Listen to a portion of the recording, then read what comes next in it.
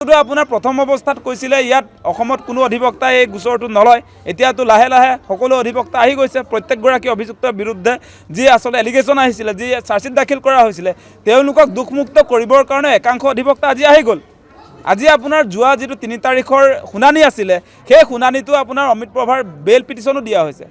গতিকে আপোনালোকে দেখিব, আমি অসমৰ ৰাইজে এই মুহূৰ্তত জুবিন দাক পাহৰি যোৱাটো উচিত নহয়।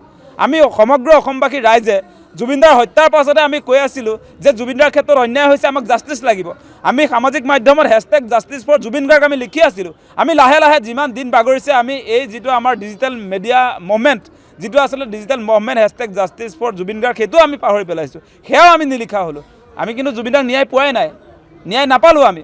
তাৰ পাছতো আমি আমাৰ যুগৰ আটাইতকৈ ডাঙৰ শিল্পীগৰাকীক, জুবিন দাৰ নিচিনা আচলতে এগৰাকী শিল্পীক আমি ন্যায় দিয়াৰ ক্ষেত্ৰত ৰাইজৰ যি জাতীয় দায়বদ্ধ হ'ব লাগিছিলে, যি দায়বদ্ধতাৰে আমি আচলতে সংগ্ৰামখন জুবিন দাৰ জাষ্টিছৰ কাৰণে আগবঢ়াই নিব লাগিছিলে, সেইটো নিয়াত আমি ব্যৰ্থ হৈছোঁ।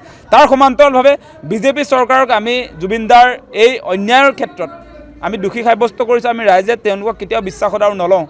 আৰু মুখ্যমন্ত্ৰী হিমন্ত বিশ্ব শৰ্মাই যিমানেই নকওক কিয়, জুবিন দাৰ ন্যায়ৰ পক্ষত তেওঁ নাই, হত্যাকাৰীৰ পক্ষত তেওঁ অৱস্থান কৰিছে। সেইকাৰণে ইমান আপোনাৰ ঢিলা চাৰ্জশ্বিট দাখিল কৰা হৈছে। মানে বহুত তেওঁলোকে দেখুৱাইছে 12,000 পৃষ্ঠাৰ বুলি কৈছে।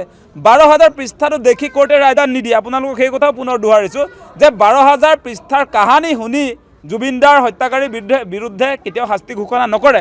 সেই 12,000 পৃষ্ঠাত আপোনাৰ মাল মতং থাকিব লাগিব। কোৰ্টে আপোনাৰ ফাঁচি দিবৰ কাৰণে, ঘোষণা কৰিবৰ কাৰণে, সেই জাজমেণ্ট দিবৰ কাৰণে মাল থাকিব লাগিব তাত আপোনাৰ চাৰ্জশ্বিটখনত। মাল নথকা সেই চাৰ্জশ্বিটখনৰ জৰিয়তে জুবিন দাৰ হত্যাকাৰীক আমি কেতিয়াও শাস্তি দিব নোৱাৰোঁ। সেই 5জনৰ কথাই কৈছোঁ, বাকীটোতো মাল নাই বুলি সেইকাৰণে কৈছোঁ। আপোনালোকে দেখিছে সেই ছিংগাপুৰৰ যিসকল হত্যাকাৰী আছিলে, তেওঁলোককতো তদন্তৰ আওতাত নানিলে। সেইটো পুনৰ কৈছোঁ মই আৰু বাৰম্বাৰ কৈ থাকিম। আৰু মেইন যি অনুষ্ঠান ছিংগাপুৰত থকা উচ্চায়ুক্ত, ভাৰত চৰকাৰৰ বিদেশ মন্ত্ৰণালয়, সেই অনুষ্ঠানততো SIT ঢুকি নাপালে।